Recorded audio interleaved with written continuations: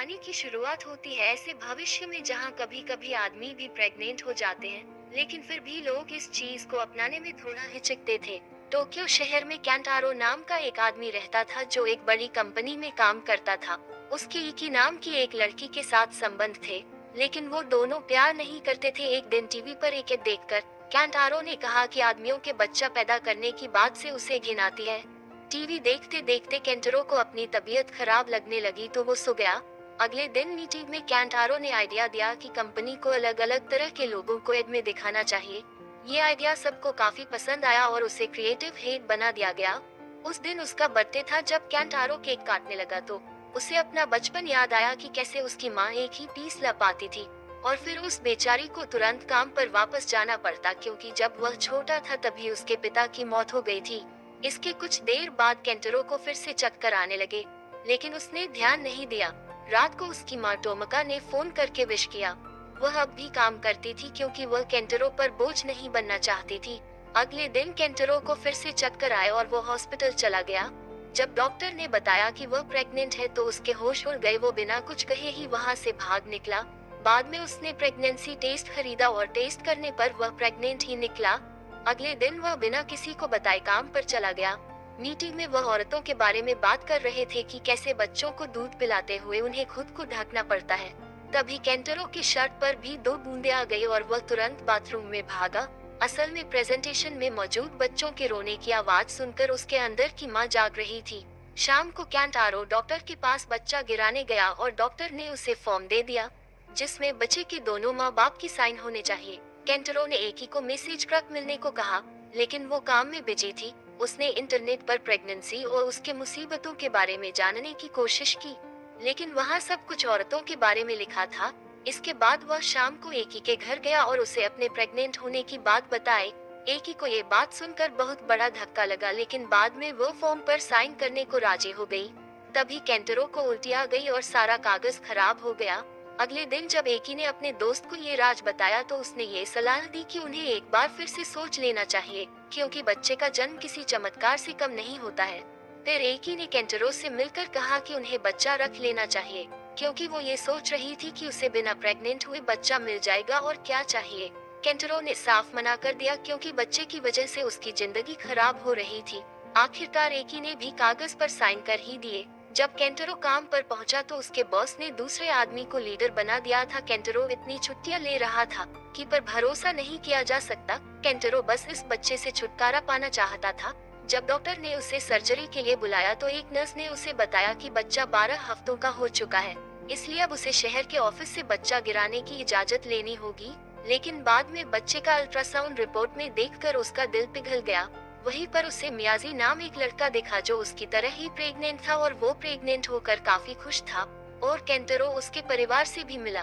अगले दिन ऑफिस में नए क्रिएटिव हेड की प्रेजेंटेशन में किसी को मजा नहीं आ रहा था तो उन्होंने कैंटारो से सलाह मांगी। तो कैंटारो ने कहा कि उन्हें प्रेग्नेंट आदमियों को एड में लेना चाहिए। ये एड उनकी कंपनी की इमेज को और बढ़िया कर देगा। उसने खुद को आगे लाकर कहा कि वो इस एड का हिस्सा बनेगा, जिससे सब उसकी वाहवाही करने लगे। रात को उसने एकी को बताया कि वह बच्चे को रखना चाहता है। एकी ने भी बच्चे को पालने में उसकी मदद करने का वादा किया, लेकिन वो अब भी शादी नहीं करना चाहती थी। कुछ दिन बाद कैंटारो का एड दुनिया भर में दिखाई जाने लगी और लोग उसे देखकर मेल प्रेगनेंसी के बारे में बातें करने लगे। कैंटारो रातों रात मशहूर हो गया और उसे टीवी प्रोग्राम्स पर भी बुलाया जाने लगा, लेकिन वो भी वह अपने आसपास के लोगों से घुल मिल नहीं पा रहा था, क्योंकि प्रेगनेंसी का पता लगने पर बाकी सब उसे सौतेला व्यवहार करते थे। अगले दिन उसने मियाजी से मिलकर अपना दिल हल्का किया। मियाजी को भी ऐसी दिक्कतें आती थी। दोनों ने वेबसाइट बनाने की सोची जहां सारे प्रेग्नेंट आदमी अपनी परेशानियां और नजरिया बांट सके। वही एकी को शादी के लिए अपने घर जाना था, लेकिन उसकी अपने पिता से उसकी बिल्कुल नहीं बनती थी। वही कैंटारो की माँ को उसकी एड बिल्कुल अच्छी नहीं लगी। जब कैंटारो ने अपने पिता के बारे में पूछना चाहा तो उसकी माँ ने हमेशा की तरह बात टाल दी। कुछ दिन बाद के कैंटारो और मियाजी की वेबसाइट बहुत मशहूर हो गई और उसे टीवी पर बुलाया जाने लगा। अगली बार जब कैंटारो और एकी डॉक्टर के पास गए तो उन्हें पता चला कि उनका बच्चा एक लड़का है। उधर वेबसाइट पर बहुत सारे मेंबर हो जाने के बाद मियाजी और कैंटारो ने सोचा कि क्यों न सारे प्रेग्नेंट आदमियों को आपस में मिलवाया जाए। उन सबकी पहली मीटिंग सफल रही और सबने अपने अपने तजुर्बे बांटे। अब केंटरो को टीवी पर देखकर मियांजी का बेटा भी अपने पिता की प्रेगनेंसी को अजीब नहीं समझता था। तभी केंटरो के बच्चे ने पहली बार लात मारी, जिससे वह काफी खुश हुआ। कुछ दिन बाद उसे मियांजी की पत्नी का अचानक फोन आया, क्योंकि नियाजी हॉस्पिटल में था।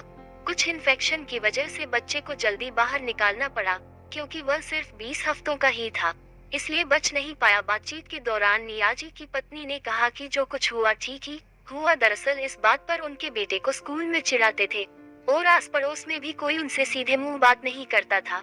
ये सुनकर एकी को लगा कि उनके बेटे के साथ ये तो नहीं होगा। केंटरो ने उसे हौसला दिया कि वह अपने बेटे की पूरी तरह रक्षा करेगा, जैसे उसकी माँ ने उसकी की थी। खैर, कुछ दिन बाद एकी अपनी बहन की शादी के लिए घर पहुंची। वह उसके पिता ने ताना दिया कि वह सिर्फ अपने बारे में सोचती है, क्योंकि अभी तक उसने शादी करने के बारे में कुछ सोचा तक नहीं था। उधर केंटरो के पेट में दर्द उठने लगा। कब के बाद डॉक्टर ने कहा कि उन्हें डिलीवरी जल्दी करनी होगी और फिर ऑपरेशन होगा। उधर ऑफिस में लोगों ने केंटरो के बच्चे को लेकर ऐड बनाने की बातें शुरू कर दी थी। केंटरो को यकीन नहीं हुआ कि उससे पूछे बिना इतने बड़े फैसले लेने वाले वो होते कौन है। थोड़ी देर बाद उसने कुछ मीठा खाया और कंपनी से इस्तीफा दे दिया। ऐड के बाद वो इतना मशहूर हो गया था कि कंपनी उसे जाने नहीं देना चाहती थी, इसलिए सीईओ ने खुद आकर उसकी काफी तारीफ की। ये सब सुनकर केंटरो भाव होकर रोने लगा और कंपनी में रहने के लिए मान गया। शाम को एक पार्टी में एकी ने कुछ लोगों को केंटरो की ऐड का मजाक बनते सुना। गुस्से में आकर उन लोगों को खरी खोटी सुना दी।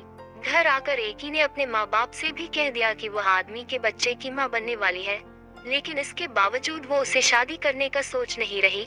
उसके माँ बाप को ये बात बिल्कुल पसंद नहीं आई, लेकिन वह कहने लगी, आपको चिंता करने की जरूरत नहीं है, मैं टोक्यो में रहते रहते अपने बच्चे भी पाल लूंगी, आप रहिए आराम से यहाँ। फिर वह वापस टोक्यो चली गई। केंटरो उसे लेने आया।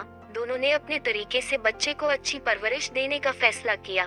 जब केंटरो अपने घर पहुंचा तो एक आदमी उसका इंतजार कर रहा था। उसने कहा कि वह केंटारो का पिता और माँ दोनों है। केंटरो ने तुरंत अपनी माँ को बुलाया और उसने इची नाम के आदमी को वापस आने के लिए जोरदार थप्पड़ मारा। उसकी माँ ने बताया कि इची केंटरो के पैदा होने के बाद ही उन्हें छोड़कर भाग गया था। अपनी माँ की बात ना सुनते हुए केंटरो ने फैसला किया कि वही इची को अपने साथ ही रखेगा। उसे इची के कपड़ों में अपने जन्म की तस्वीर मिली। इची ने आदमियों के प्रेगनेंसी के बारे में कुछ नई चीजें दिखाई जो केंटरो को भी काफी पसंद आई। इसके बाद केंटरो अपनी माँ से की पूरी कहानी जानने गया। उनकी माँ ने बताया कि पुराने समय में प्रेग्नेंट आदमियों को छुपकर रहना पड़ता था, क्योंकि समाज में इसको बहुत बुरा समझा जा रहा था। लोगों के ताने सुनकर वह इतना दुखी हो गया था कि वो घर छोड़कर ही भाग गया।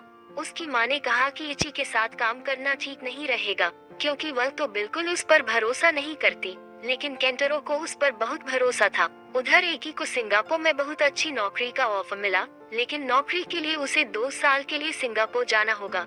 जब उसने केंटरो से इस बारे में बात की तो केंटरो मना कर दिया, क्योंकि वह बच्चे को साथ मिलकर पालना चाहती है तो उसे यही रहना होगा।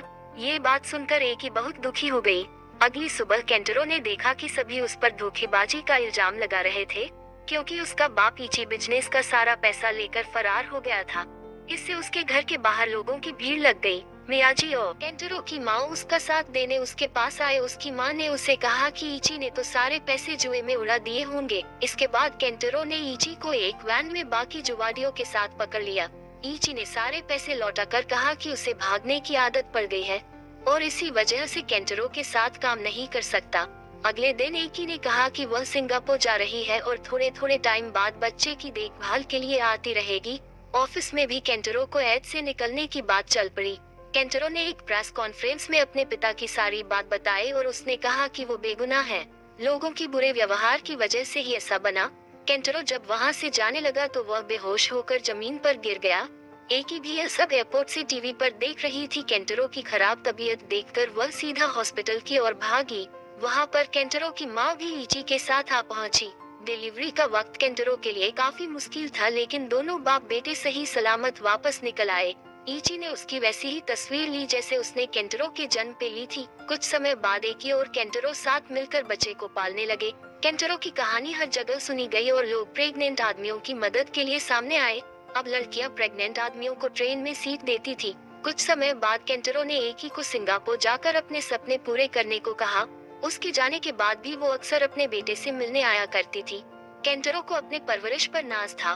उसको यकीन था कि उसका बेटा एक दिन बहुत बड़ा आदमी बनेगा। अगर वीडियो पसंद आए तो लाइक कर देना, चैनल को सब्सक्राइब कर देना। मिलते हैं अगले वीडियो में।